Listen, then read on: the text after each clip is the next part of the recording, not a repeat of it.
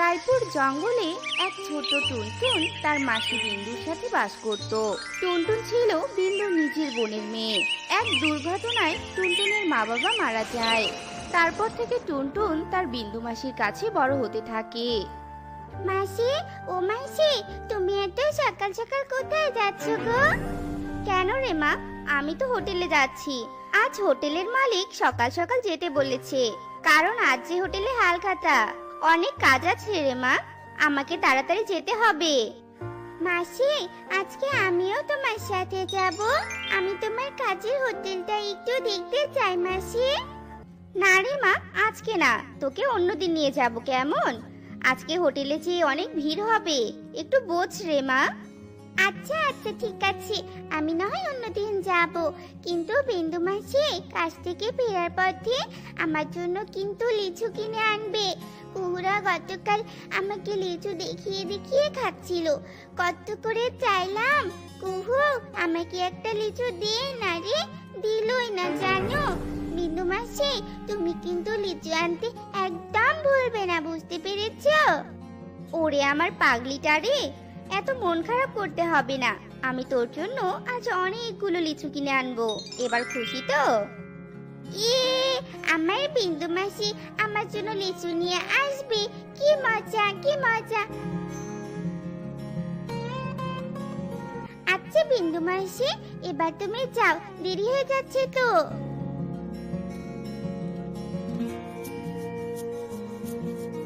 এরপর বিন্দু টুনটুনকে আদর করে হোটেলের উদ্দেশ্যে রওনা দেয়। বিন্দু টুনটুনকে অনেক ভালোবাসতো, অনেক আদর যত্ন করত। বিন্দু হোটেলে কাজ করে যা আয় করত, তা দিয়েই তাদের দুজনের দিন ভালোভাবে চলছিল।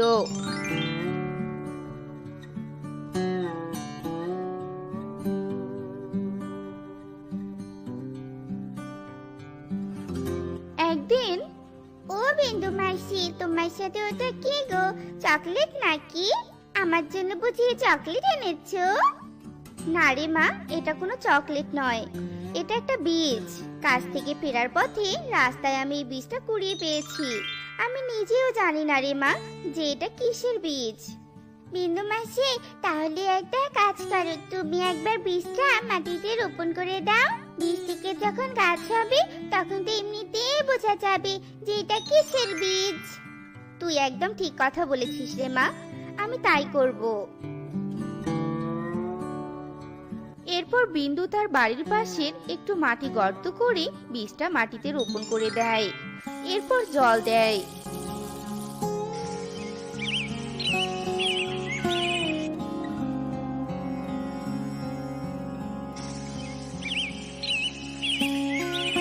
পরের দিন সকালবেলা বিন্দু যখন আবারও রোপণ করা বীজে জল দিতে আসে, ওখানে এসে তো বিন্দু একদম অবাক হয়ে যায়, কেননা ওই বীজ থেকে যে একটা বড় লিচু গাছ বের হয়েছে। সর্বনাশা কাণ্ড!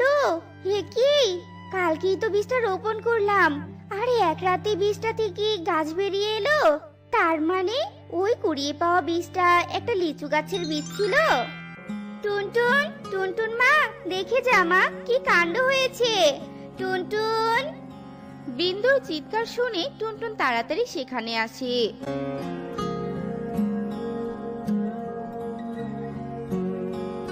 একে বিন্দু মাসি, এই লিচু গাছটা কোথা থেকে এলো? আমরা তো এখানে কাল একটা এমনিতেই বীজ রোপণ করেছিলাম, কিন্তু একদিনেই কি করে গাছ বের হলো মাসি? আমিও তো বুঝতে পারছি না রে মা, মনে হয় এটা কোনো জাদুই বীজের গাছ।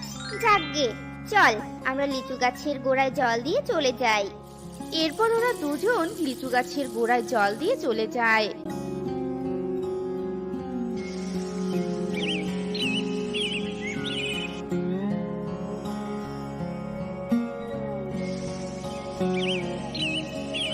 পরের দিন সকালবেলা আরো একটা অদ্ভুত ঘটনা ঘটে।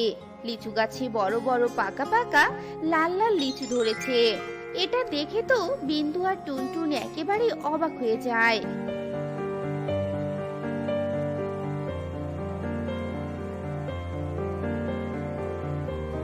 মাসি, ও মাসি, দেখে যাও দেখে যাও, লিচু গাছে কত বড় বড় লাল টসটসে লিচু ধরেছে।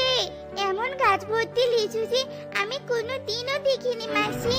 মাসি, তাহলে কি এই লিচু গাছটা সত্যি কোনো জাদুই লিচু গাছ? তা না হলে বীজ রোপণ করতে না করতে গাছ বের হলো আর ফলও ধরলো। আমারও তো তাই মনে হচ্ছে রে মা। দাঁড়া, একটা লিচু খেয়ে দেখি তো লিচুগুলো ভালো না পচা।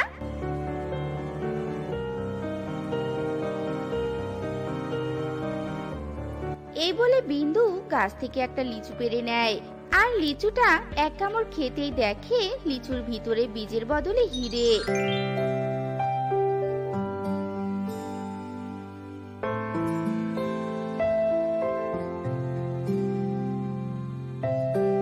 টুনটুন মা, দেখ দেখ, এই লিচুর ভিতরে বীজের বদলে একটা হিরে। তার মানে কি সত্যি সত্যি এটা একটা জাদুই লিচু গাছ?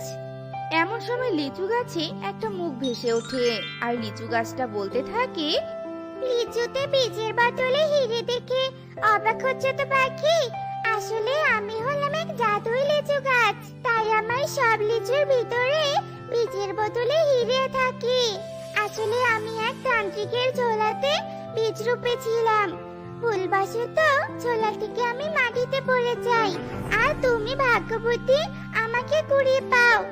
আজ থেকে আমার ফল আর হিরে সবটাই তোমার কাছে তুমি ব্যবহার করতে পারবে। লিচু গাছের এ কথা শুনে বিন্দু আর টুনটুন দুজনেই অনেক খুশি হয়। বিন্দু হোটেলের কাজটা ছেড়ে দেয়।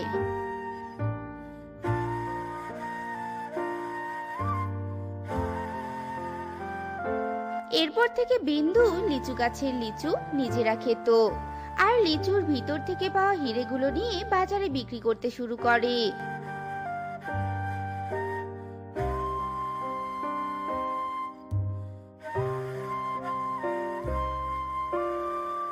বিন্দুর হীরের ব্যবসা বেশ ভালোই চলছিল। এক সময় বিন্দুর জাদুই লিচুর গাছের কথা বনে সবাই জেনে যায়। এমনকি বিন্দু আগে যে হোটেলে কাজ করত তার মালিক ইগলও জেনে যায়। কি কি বললি কালু তুই? ওই গরিব বিন্দু এখন হীরের ব্যবসা করছে? যে বিন্দু কিনা আমার হোটেলের সামান্য কর্মচারী ছিল, আজ সে কোটিপতি? এটা কি করে সম্ভব? আরে ইগল দাদা, শুনেছি বিন্দুর নাকি একটা জাদুই লিচু গাছ আছে। ওই গাছ থেকে বিন্দু এত হিরে পায় জানো? তাই নাকি? হীরের লোভ তো আমি আর সামলাতে পারছি না। ওই হিরে দেওয়া লিচু গাছ আমার চাই চাই, যে করেই হোক। কালু, আজ রাতে তুই রেডি থাকিস। এরপর গভীর রাত হয়। ইগল আর কালু চুপি চুপি বিন্দুর লিচু গাছের কাছে আসে।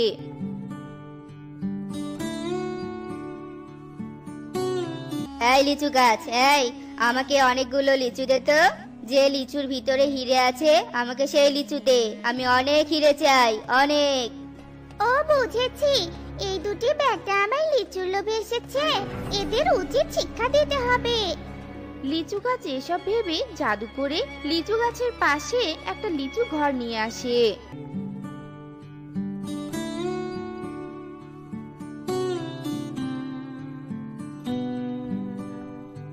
তোরা হিরে নিতে এসেছিস তাই না?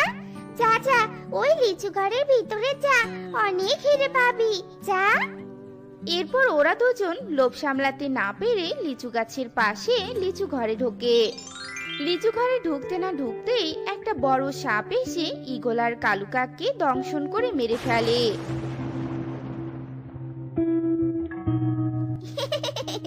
কেমন মজা! লোভ করে হিরে নিতে এসেছিলি না? এবার মর। যে লোভ করবে তার মৃত্যুই অনিবার্য।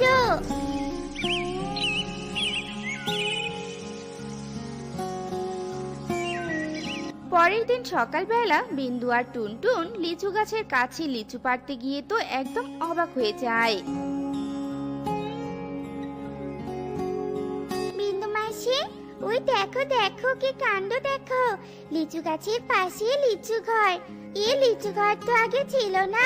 ও লিচু গাছ, বলো না এই ঘরটা কি করে এলো? এই লিচু ঘরটা হলো আমার জাদু সম্পন্ন ঘর।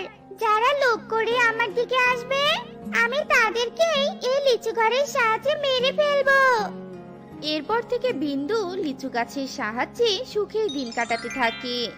এদিকে কেউই আর বিন্দুর লিচু গাছের কখনো কোনো ক্ষতি করতে পারতো না, আর কেউই আর কোনো লোভ করতে পারতো না। যেই লোভ করত সেই লিচু গাছের পাশে থাকা লিচু ঘরে ঢুকে মরে যেত। তো বন্ধুরা, আমাদের আজকের এই গল্পটি তোমাদের কাছে কেমন লেগেছে তা কমেন্টে জানাতে ভুলো না কিন্তু।